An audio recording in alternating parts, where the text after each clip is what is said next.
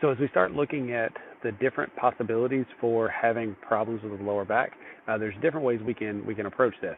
And where I'm going to start is with if you deal with perpetual tightness uh, in that lower back. If you constantly from the time you wake up to the time you go to bed, reaching over, we feel that groan. We just constantly feel tight in that lower back. That's where we're going to start. Now, if we're dealing with that perpetual tightness, odds are you're dealing with one of two things. Either you're dealing with your posture, putting you in a state of that continuous tightness, or, and more likely, or more treatable on the short term to lead to long term help, is there's tightness in some muscles through the hip that pull at the lower back. And the most common and the most overlooked is the groin. If those groin muscles are tight because of where they insert, it causes a sense of perpetual tightness in the lower back. And they can cause knee pain too. So we can look at two birds with one stone right here.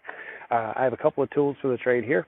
You can use a roller for this first part, but honestly, a hard-sided medicine ball is the best way that I found to do it.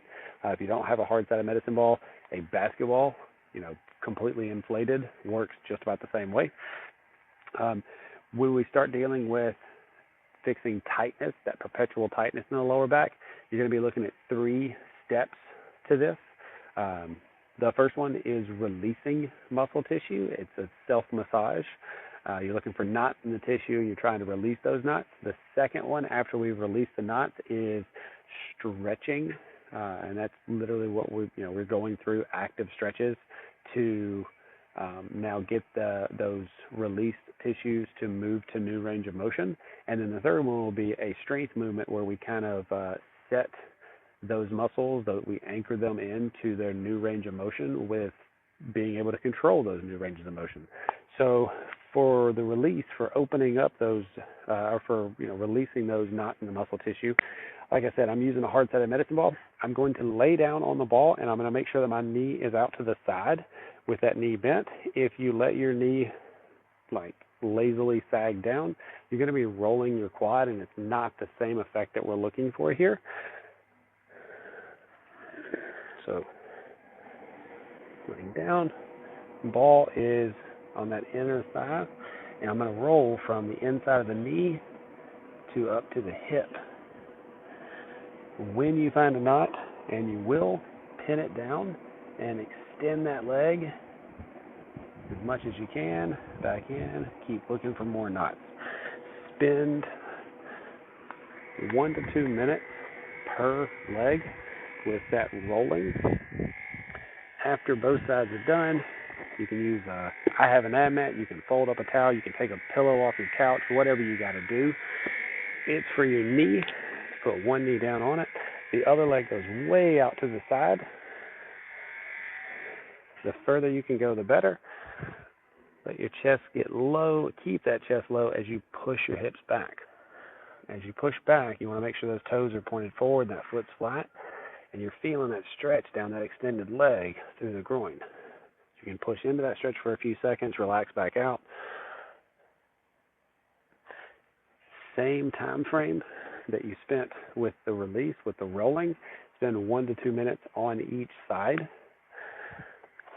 And then the last one, strength movement. We're trying to set that those muscles into their new range of motion and give them some control there. You can use any kind of support for this. You can use a door frame, which for me would be the rig back here. You can use a box, a chair, a bench, whatever you have. If you're using support, it would just be in front of you with your hands on it. Feet are wide and sitting as low down as you can. And you're looking to feel the knee should be out. Feel that groin there stretching. Now, if this is a movement that you can do without a whole lot of issue, you can add weight to this too.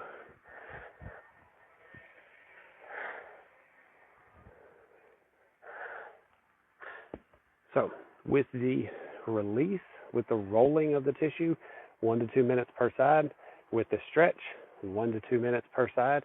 And then with those feet wide, with this lateral lunge or cossack squat, whatever you want to call it, 10 reps per side.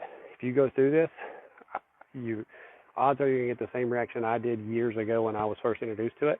It feels like your back feels brand new almost instantly. Those groin muscles pull at your lower back like you wouldn't believe. So give it a shot. Let me know what you think. Thank you, guys.